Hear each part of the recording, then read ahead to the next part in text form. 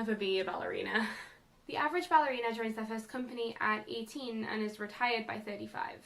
I'm already 23 and I only started taking dancing seriously about a couple of years ago. I still stretch every day. I plan to go back to classes as soon as I can, and I still do strengthening exercises using a dining chair as my bar. I will also never be a politician. I find politics exhausting.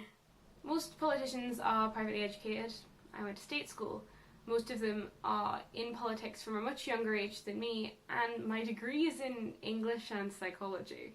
My only experience with politics is elections for a student society committee. Sure, I know that politics is really important in my life in the same way that I do ballet because exercise is important to me. But I drill pliés at my makeshift bar, and I don't research political parties.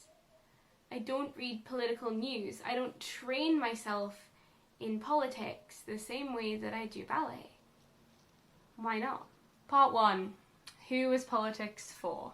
It's not just that I feel like I'll never be a politician. I feel like I'll never be knowledgeable enough about politics to engage in it properly. I have to either change the subject or sit quietly at the dinner table while my brother discusses his political views so I don't say something wrong and embarrass myself. I look at people like Abby Thorne or Shanalika, or even some close friends of mine, and I feel like I'll never be as well informed as them, never have that level of critical understanding. I make the mistake of thinking that I have no chance of ever being knowledgeable about politics or philosophy or ideology, and I choose to ignore it, because in some ways I can. There's a great line from Enola Holmes on Netflix that made the rounds not too long ago. Politics doesn't interest you because you have no interest in changing a world that suits you so well. I have a lot of things going for me that mean the privilege of being able to ignore politics. I'm white. I grew up relatively middle class. I have a university education, and my country is, in the grand scheme of things, relatively stable. For now. But I am LGBT. I am femme. I have a mental illness. I come from the northeast of England and I now live in Scotland, two places that are notoriously neglected by a London-centric government. And I am deeply opposed to a capitalist system, and I am heavily impacted by the issues that it fails to solve. Politics does directly affect my life, and I should be taking steps to understand it and, where appropriate, change it. And not only that, I understand that my aforementioned privilege makes it easier for me to make things better for those who don't have the same things that I was given. But I don't know how, and I feel helpless. And therein, I think, lies the problem. Part 2.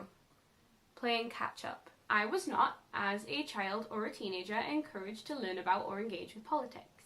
I wasn't encouraged, even by my fairly left-wing parents, to research politics or develop my own ideology. I was never taught in school about our political system and how it worked. I wasn't even taught about our political history. And that's not to mention the systems in other countries that it would be good to know about to understand the mistakes and successes and learn from those.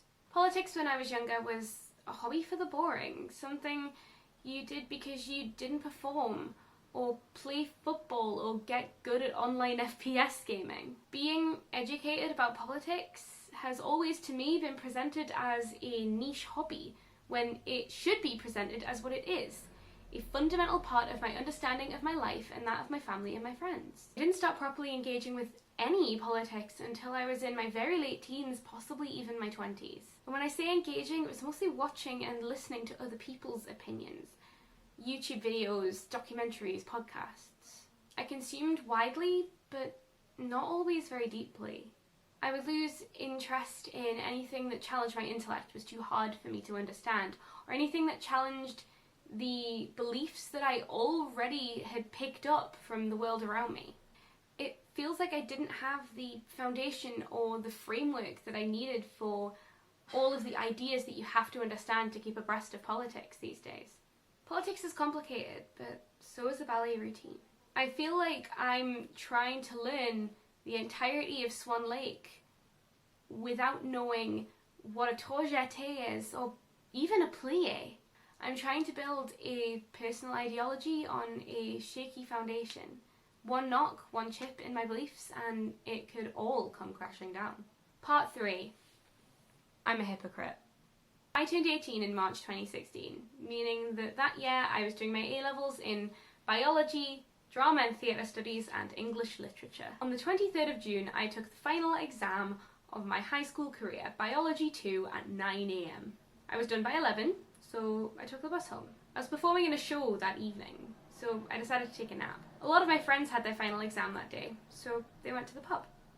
Nothing else to do, right? I got home and I collected my polling card and drove the short distance to the local church hall to tell the government how I felt about the idea of Brexit.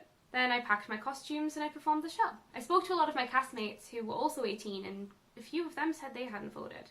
They were busy packing costumes or running final rehearsals. Besides, they echoed my friends who were still in the pub. It's not like Brexit is going to win anyway. And I sit here in May 2021, not an EU citizen anymore. I was so angry. Voting is something so important that you should make time for it. You make time to get a bus home, drive to your polling station, vote, drive home, and then get a bus right back to where you were at the start, because it is so important. I was angry. Last month there was a climate protest. A big group of people my age protesting to save our future, telling the government how they felt about their climate policies. I was busy. I don't remember why. I had an essay due or some work to catch up on. I definitely could have planned around those things, but I had higher priorities. In my head, voting for everyone, but activism, protests, that's for the hobbyists, the experts, better people than me. But I should have made time, because protesting is for everyone. It's important, and when it's important, you make time.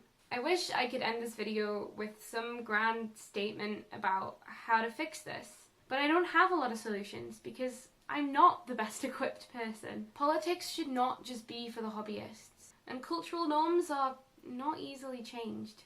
All I can say is that I'm going to try and do better and reach out to people who know more than me and try and get them to help me. Because in the end, marching in a protest might be just as good for my thighs as pliés. Tomorrow, we're going to tour my favourite places in Stirling. So I'll see you then. Happy VEDIM.